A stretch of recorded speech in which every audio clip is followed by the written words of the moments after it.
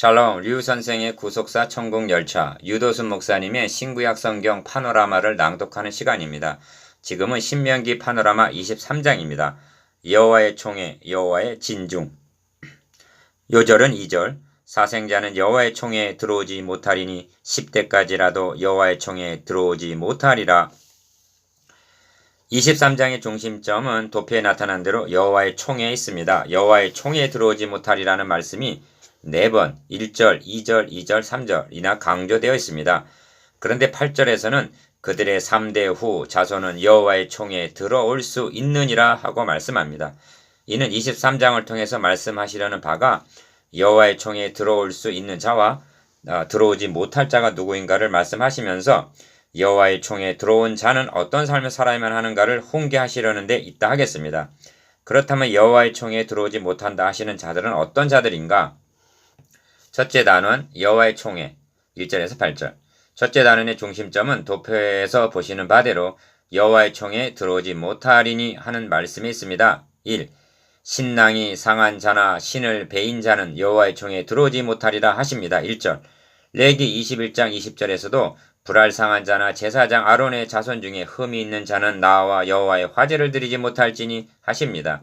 이는 의문 하에 있을 때 해당이 되는 말씀입니다. 기억, 그러니까 여호와의 총회가 당시의 제사의식이나 성직을 가리키는 것으로 볼 수가 있습니다. 이 점이 물은 너의 대대 자손 중 육체에 흠이 있는 자는 그 하나님의 식물을 드리려고 가까이 오지 못할 것이라 하신 점에도 나타납니다. 레위기 21장 17절. 그러나 신약시대에는 할례는 마음에 할지는 신령에 있고 의문에 있지 아니한 것이라 하십니다. 로마서 2장 29절. 이 또한 사생자는 여호와의 총회에 들어오지 못하리니 10대까지라도 여호와의 총회에 들어오지 못하리라 하시는데 여기서 사생자란 그 아비가 확실치 않은 즉 음란의 자식을 가리키는 것으로 여겨집니다. 기억, 이에 대한 신령한 의미가 무엇인가? 이는 주님께서 진실로 진실로 너에게 이르노니 사람이 물과 성령으로 나지 아니하면 하나님의 나라에 들어갈 수 없느니라. 육으로 난 것은 육이요 성령으로 난 것은 영이니 내가 너에게 거듭나야 하겠다는 말을 기이 여기지 말라 하신 요한복음 3장 57절. 거듭남으로 적용이 된다 하겠습니다. 하나님의 나라에 들어가는 여부는 요한복음 3장 5절에서 7절. 하나님의 나라에 들어가는 여부는 거듭남 외에 아무런 차별이 없기 때문입니다. 3. 암몬 사람과 모압 사람은 여호와의 총회에 들어오지 못하리니 그들에게 속한 자는 10대뿐 아니라 영원히 여호와의 총회에 들어오지 못하리라 하시는데 왜 그런가? 3절. 기억, 그들은 너희가 애굽에서 나올 때 떡과 물로 너희를 길에서 영접하지 아니하고 메소보다미아의 부돌 사람 부올의 아들 발람에게 뇌물을 줘 너희를 저주케 하려 하였으나 너희 하나님 여호와께서 너를 사랑하심으로 발람의 말을 듣지 아니하시고 그 저주를 변하여 복이 되게 하셨나니 너희 평생에 그들의 평안과 형통을 영영히 구하지 말지니라. 4절에서 6절라고 하십니다. 니은, 이에 대한 신령한 의미가 무엇인가? 이와 반대되는 경우를 보면 알 수가 있는데 또 이와 같이 기생 라합이 사자를 접대하여 다른 길로 나아가게 할 때 행함으로 의롭다 하심을 받은 것이 아니냐 야고보서 2장 25절 하고 라합은 주의 사자를 영접함으로 의롭다 하심을 받았다. 즉 여호와의 총회에 들어오게 되었다는 것입니다. 주님은 말씀하십니다. 여기 내 형제 중에 지극히 작은 자 하나에게 한 것이 곧 내게 한 것이니라. 마태복음 25장 40절. 정답은 그리스도를 영접하느냐 대적하느냐에 달린 것입니다. 4. 그런데 너는 에돔 사람을 미워하지 말라. 그는 너의 형제니라. 애굽 사람을 미워하지 말라.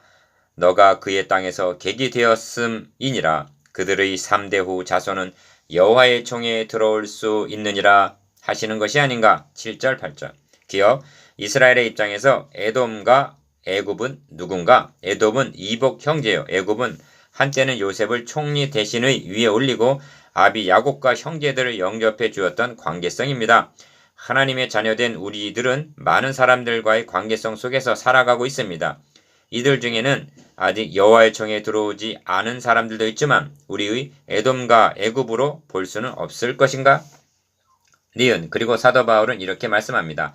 아내 된 자여 너가 남편을 구원하려는지 어찌할 수 있으며 남편 된 자여 너가 내 아내를 구원하려는지 어찌할 수 있으랴. 고린도전서 7장 16절. 그래서 핍박을 하는 남편도 바가지를 긁는 아내도 버리지 말라는 말씀입니다. 형제의 에돔과 애굽도 형제로 인하여 총에 들어오게 될지도 모릅니다. 둘째 단원 9절에서 20절. 여호와의 진중. 둘째 단원의 중심점은 이는 너의 하나님 여호와께서 너를 구원하시고 적군을 너에게 붙이시려고 너의 진중에 행하심이라 14절이라는 말씀이 있습니다. 20장 1절에서도 너가 나가 대적과 싸우려 할 때 말과 병과 민중이 너보다 많음을 볼지라도 그들을 두려워 말라. 애굽 땅에서 너를 인도해내신 너희 하나님 여호와께서 너와 함께 하시느니라 말씀합니다.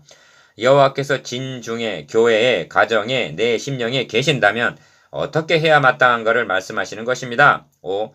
너가 대적을 치러 출진할 때 모든 악한 일을 스스로 삼갈지니 9절. 기억, 얼마나 삼가고 조심하라 하시는가를 주목하십시다. 너희 중에 누가 밤에 몽설함으로 부정하거든 진 밖으로 나가고 진 안에 들어오지 아니하다가 해 질 때 목욕하고 해 진 후에 진에 들어올 것이요. 10절에서 11절. 몽설한 자란 진 밖으로 나가야 할 한 작은 사례에 불과합니다. 형제 중 누군가를 미워했다면 그도 진 밖으로 나가야 할 것입니다. 왜냐하면 그는 여호와의 군사를 미워한 것이요 여호와께서 진중에 계시기 때문이라는 것입니다. 6. 너의 진 밖에 변소를 베풀고 그리로 나가되 12절. 기억, 이런 말씀들은 당시의 상황과 인식 수준에서 이해해야 할 것입니다. 용변은 생리적인 현상입니다. 그런데도 너의 기구에 작은 삽을 더하여 밖에 나가서 대변을 통할 때 그것으로 땅을 팔 것이요 몸을 돌이켜 그 배설물을 덮을지니 왜냐하면 이는 너희 하나님 여호와께서 너를 구원하시고 적군을 너에게 붙이시려고 너의 진중에 행하심이라. 그러므로 너의 진을 거룩히 하라. 그리하면 너에게서 불합한 것을 보시지 않으므로 너를 떠나지 아니하시리라 하십니다. 13절 14절. 7. 종이 그 주인을 피하여 너에게로 도망하거든. 15절 상반절. 이는 도망친 모든 종을 가리키는 말이 아니라 포악한 주인의 학대에 의한 그런 경우를 가리키는 말일 것입니다. 기억. 너는 그 주인에게로 돌리지 말고 그가 너희 성읍 중에서 기뻐하는 곳을 택하는 대로 너와 함께 너희 가운데 거하게 하고 그를 압제하지 말지니라 합니다. 15절 하반절에서 16절. 돌려보낸다는 것은 곧 그 종의 죽음을 뜻하기 때문입니다. 종에게 있어서는 성민의 성읍이 도피성의 역할을 하고 있는 것입니다. 8. 이스라엘 여자 중에서 창기가 있지 못할 것이요 이스라엘 남자 중에도 미동이 있지 못할지니 17절. 왜냐하면 그들은 하나님의 성민이기 때문입니다. 창기의 번 돈과 개 같은 자의 소득은 아무 서운한 일로든지 너희 하나님 여호와의 전에 가져오지 말라. 이 둘은 다 너희 하나님 여호와께 가증한 것임이니라 합니다. 18절. 9.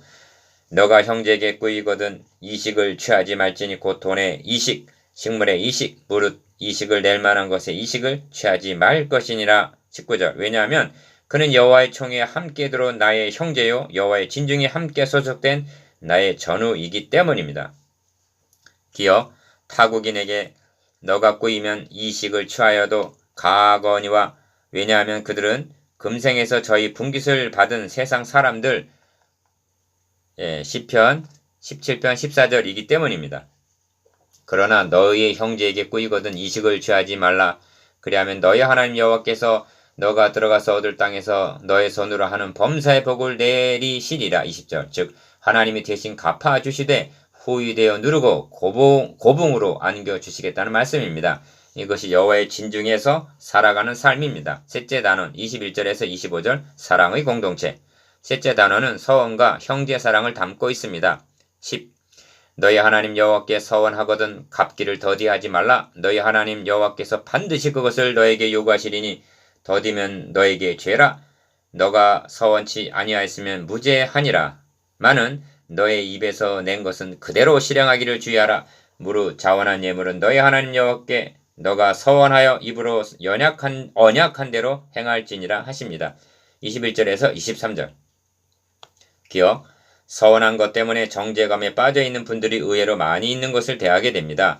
이에 대한 자세한 설명은 민수기 파노라마 30장 강의를 참고하시기 바라면서 권면하고 싶은 말씀은 그리스도께서 우리로 자유케 하려고 자유를 주셨으니 그러므로 굳세게 서서 다시는 종의 멍에를 매지 말라 하는 말씀입니다. 갈라디아서 5장 1절. 11. 너의 이웃의 포도원에 들어갈 때 마음대로 그 포도를 배불리 먹어도 가아니라. 그러나 그릇에 담지 말 것이요. 24절. 기억. 너의 이웃의 곡식밭에 들어갈 때 너가 손으로 그 이삭을 따도 가아니라. 그러나 너의 이웃의 곡식밭에 낫을 대지 말지니라 하십니다. 25절. 키워드는 배불리 먹어도에 있습니다. 이 사람 몹시 굶주린 형제입니다. 그래서 형제 포도원이나 곡식밭에 들어가서 배불리 먹는 것은 가하다 하시는 것입니다. 그러나 그릇에 담는다든가 낫을 대는 행위는 탐심으로 행하는 절도와 같기 때문에 금하는 것입니다.